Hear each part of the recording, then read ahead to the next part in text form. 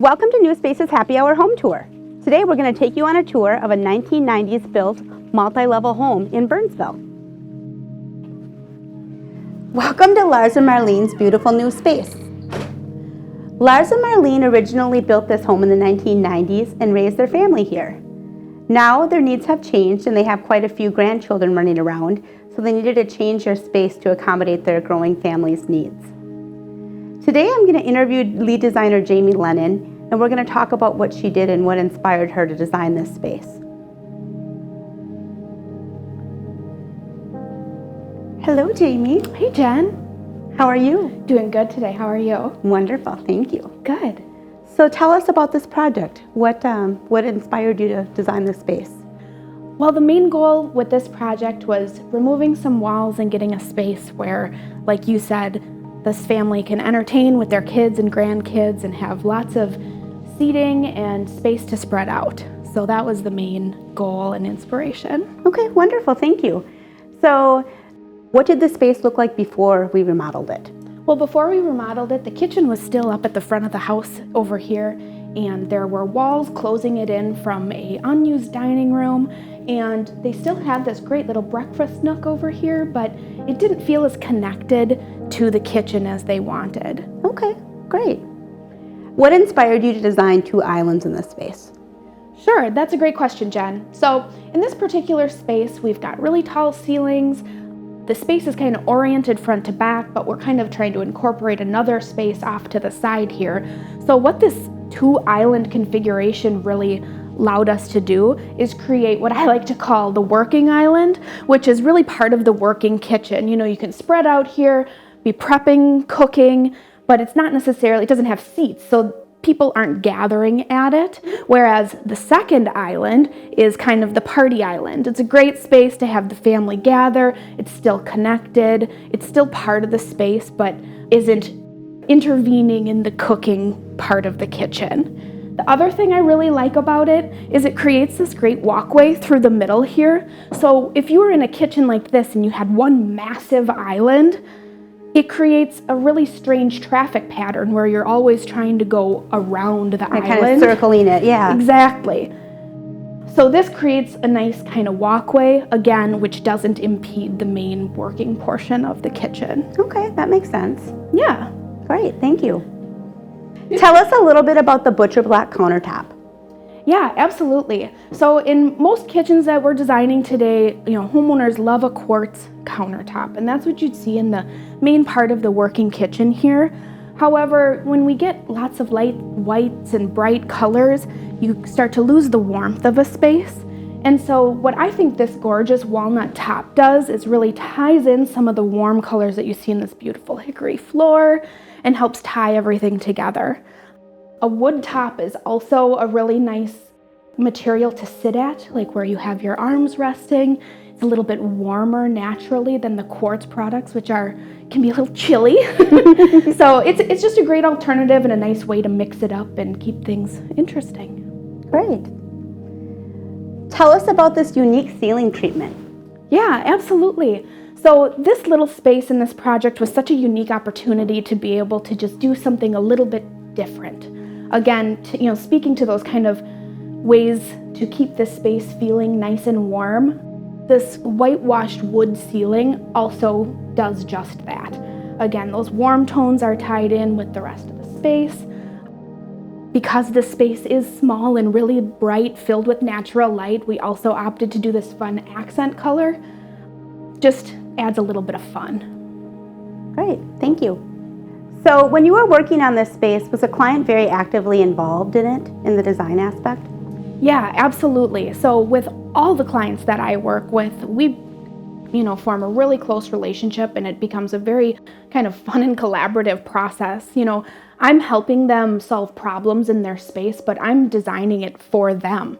And so we learn a lot, going through it all together as we review our different options and different ideas of how the space could turn out.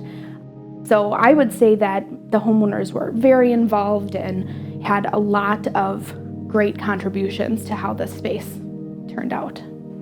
I know when Lars and Marlene originally inquired about this project, they were looking at an addition. Tell us why you decided not to do an addition on this space. Absolutely. So additions are a funny thing. We remodel, we work within people's existing homes all the time. Sometimes additions are a great solution. Other times they're just very expensive. So we explored an addition on the front of the home here to try to make this kitchen feel bigger, but ultimately the space plan that we ended up with by utilizing that unused dining room was a really more cost-effective way of achieving their goals.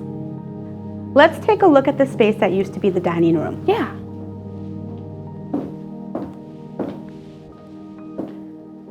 Man, I always forget what a great view they have out there. Yes, they do have a very lovely view.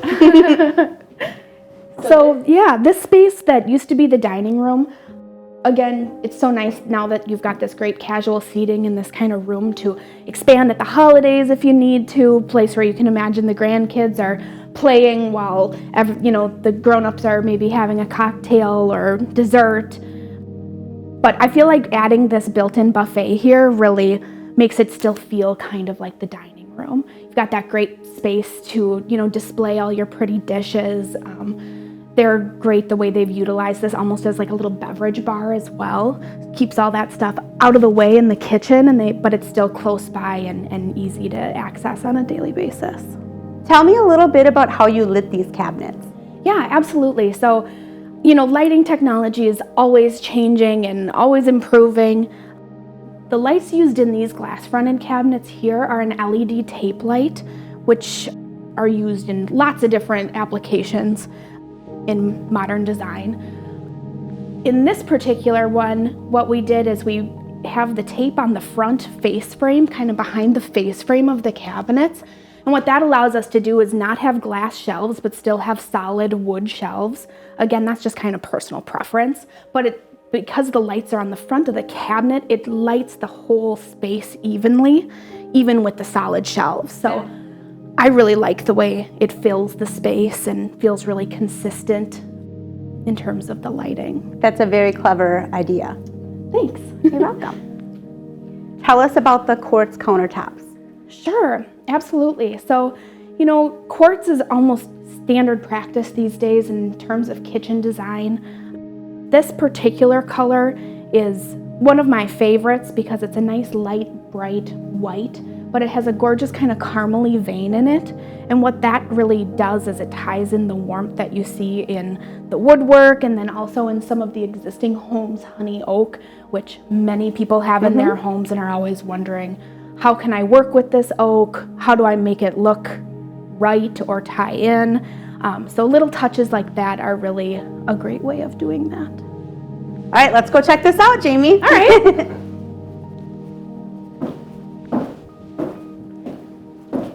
So I noticed that you moved the microwave from above the range in this location and that you installed this hood. Tell us a little bit about why you did that. Sure, absolutely. So over-the-range microwaves are really common. A lot of people already have them in their homes.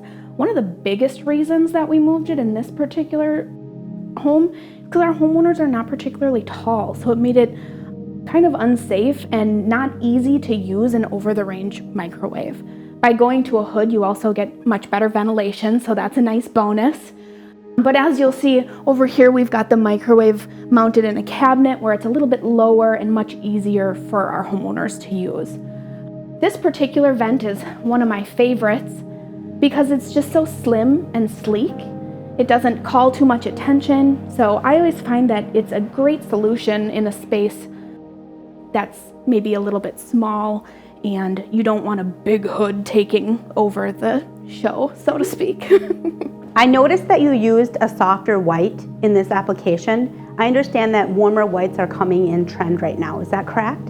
Yeah, absolutely. I find that most of my clients who want a white kitchen are worried about it feeling stark. And so using a softer white or even a lighter color that would be more beige or taupe than what we're seeing in this space can still feel very much like a white kitchen by providing a nice, bright, clean space with painted cabinetry. But I don't think you really have to use white in order to achieve that look. This is certainly a white kitchen, but it is a nice soft white without being too like creamy or yellowy, which is another thing a lot of people are trying to avoid when choosing a white enamel color. So if I recall correctly, this used to be a square opening, am I correct? Yeah, this space was a lot more closed off from the kitchen than it is now. With the kitchen wall being, about here, there was a decent size opening into the breakfast nook, but being that we opened it, the full dimension of that space, obviously it really improved the connection of the two rooms. It allows them to expand that table when they want more seating, which is such a nice feature. And as long as we were doing that, we just decided to add that nice soft arc just to soften it and, further continue that goal of making it feel really cozy and warm. I noticed that the poles are different, that you have 3 different poles in this kitchen. Yeah. Tell us a little bit about that. Sure thing. Well, so what I always say is the cabinet hardware and the light fixtures is really the jewelry of the space. So, depending on what you like or what you're after, there's no rules. So in this particular kitchen, we opted to do these really pretty, delicate pewter poles that have just a little bit of a beaded detail on them. So they're still, very functional, but have just a little bit of dressiness to them. And then that pewter color is actually tied in with our light fixtures as well. So it's a little bit darker silver, not quite the brushed nickel that we're used to seeing so frequently. And again, just that little bit of dressiness is added on those as well. Just to speak to that kind of change of style of hardware that you mentioned, to go back to the hutch in the dining area like we had talked about, we're really trying to make that look like a piece of furniture, like a hutch you'd see in a dining room. So we've got some beautiful furniture base, and then the hardware kind of accents that as well. Those little glass knobs add a little sparkle, and I just love the way a cup pull can kind of make it feel a little bit, dare I say, kind of country. But that very much lends itself to this particular homeowner's style and aesthetic. So another thing that I wanted to point out to you is the beadboard accent that we've used throughout this space. This really kind of ties in throughout. It starts at the front entry and then follows all the way into the dining room here. We actually used it as a backsplash with a little bit of trim, again, to really make this feel like a nice built-in piece of furniture. If we walk over to the kitchen, you'll see this material is repeated on the back of the island.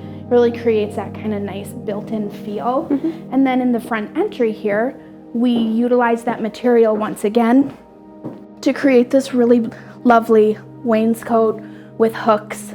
So as you're coming and going, whether it be the homeowners or the guests, there's somewhere to drop your coat and kick off your shoes, and really makes this entry feel a little bit more functional. Were there any structural challenges when removing that wall in the center of the kitchen? Yes, there were actually, and it was a little bit of a surprise. As you know, you and I work in houses like this all the time, and the walls that were previously enclosing the kitchen were what I call kind of partition walls, where they didn't go all the way to the ceiling. Typically, they're doing no good, and they're just kind of an outdated style of kitchen. Well, in this particular home, it turns out they were very important and holding up a entire portion of the roof structure. So with some very creative thinking and some very with some very, very kind carpenters who were willing to entertain my persistence in taking out that post, we were actually able to shift the bearing point from about right here over to the corner of the stairs. And the beauty of that is now we've obviously got this wonderful open pathway. The homeowners got this open kitchen of their dreams. The post blends in with the new finishes very nice and cohesively, and all is good in the world. So Jamie, tell us a little bit about this bathroom remodel. This particular bathroom remodel, as you can imagine, things didn't move around too much, but we've got all new finishes. In a small bathroom like this, this is actually kind of the bathroom that guests would use as well. The homeowners and I agreed it'd be a good opportunity to do something a little bit fun. So we've got a really pretty kind of soft aqua paint color on the vanity and medicine cabinet. And then we found a beautiful quartz top that has just a little bit of sparkle and a little bit of that green to tie it all together. I know previously we had talked a little bit about the kind of country chic aesthetic in the home with the beadboard downstairs, so we thought what better thing to do than to add just some darling wainscot in the bathroom to tie it all in. This primary bathroom had some space challenges. Tell us how you solved them. Yeah, this is a really interesting bathroom remodel in the sense that it's your typical little 3/4 bath, not very large, but they really wanted to find a way to add additional storage. So in addition to doing a new vanity and a new medicine cabinet, obviously they've got a gorgeous new shower as well, but you'll see here that there's a little built-in cabinet which is actually built into their garage attic space. Clever. So go figure, really provides just a great amount of storage for these homeowners where it never existed previously. Oh, look how organized she is. I just love it. So that really is the big surprise in this little 3/4. Most people, or I should say a lot of people, have this very similar layout and style of home, and what a great opportunity to just improve space they already had. Lars and Marlene originally built this home outside the suburbs of the Twin Cities in the early 1990s. After raising their family here, they decided that they needed to change the space to accommodate their family's changing needs, which now includes several grandchildren. Specifically, the couple needed an open floor plan where they could have their family comfortably gather for meals and holidays. What they initially inquired about was the design of an addition. Ultimately, our team worked hard to remodel the space without adding an inch onto the existing framework. A dream come true for the couple. Lars and Marlene felt that their current kitchen was too cramped and got overwhelmed when the little ones wanted to help cook. Too many cooks in the kitchen, as they say. By eliminating the wall that divided their kitchen from their formal dining room, we opened up their design possibilities. Our designers thought long and hard about how to maximize the benefits the family would have with the increase in space. This meant excess countertop area and a more practical storage area for pots and pans and other household items. Our design team efficiently outlined the kitchen to have 2 pantries, a built-in buffet with 6 drawers, and a lit display that brought the elegance into the space. The white cabinetry and the simple backsplash makes the kitchen feel fresh and bright, complementing the light that seeps in through the many windows. The addition of a secondary island gave their family the flexibility to cook intimately or with a larger group. Plenty of space for the cooks in the kitchen or the cooks in the making. Lars and Marlene sit on a prime piece of property overlooking Sunset Pond, but their previous layout didn't maximize the spectacular view. By keeping the cabinetry in the back of the home limited to one side wall, the family now has a view of the water from almost every angle on the main floor. The remodel was everything the couple desired and more. Does your space need a refresh? We would be honored to help you see the practical possibilities your home holds for you and your family. Schedule your home consultation meeting with one of our homeowner advisors today.